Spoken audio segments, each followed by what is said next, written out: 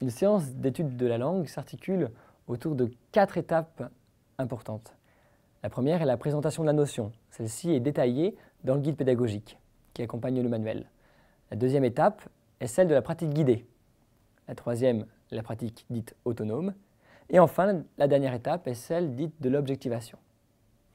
La pratique guidée est une étape importante parce qu'elle permet à l'enseignant de vérifier auprès de ses élèves la qualité de compréhension de la notion.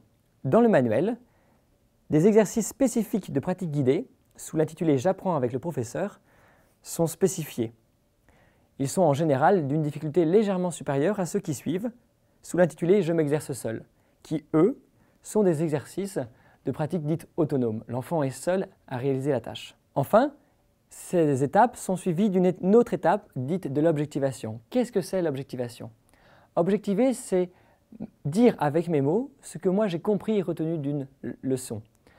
Une leçon d'étude de la langue parfois dure 35 minutes, 45 minutes. Ça peut être beaucoup pour un enfant de CE1. Et il convient, à la fin, au terme d'une leçon, de se dire parmi tout ce que j'ai vu et entendu, qu'est-ce que je retiens?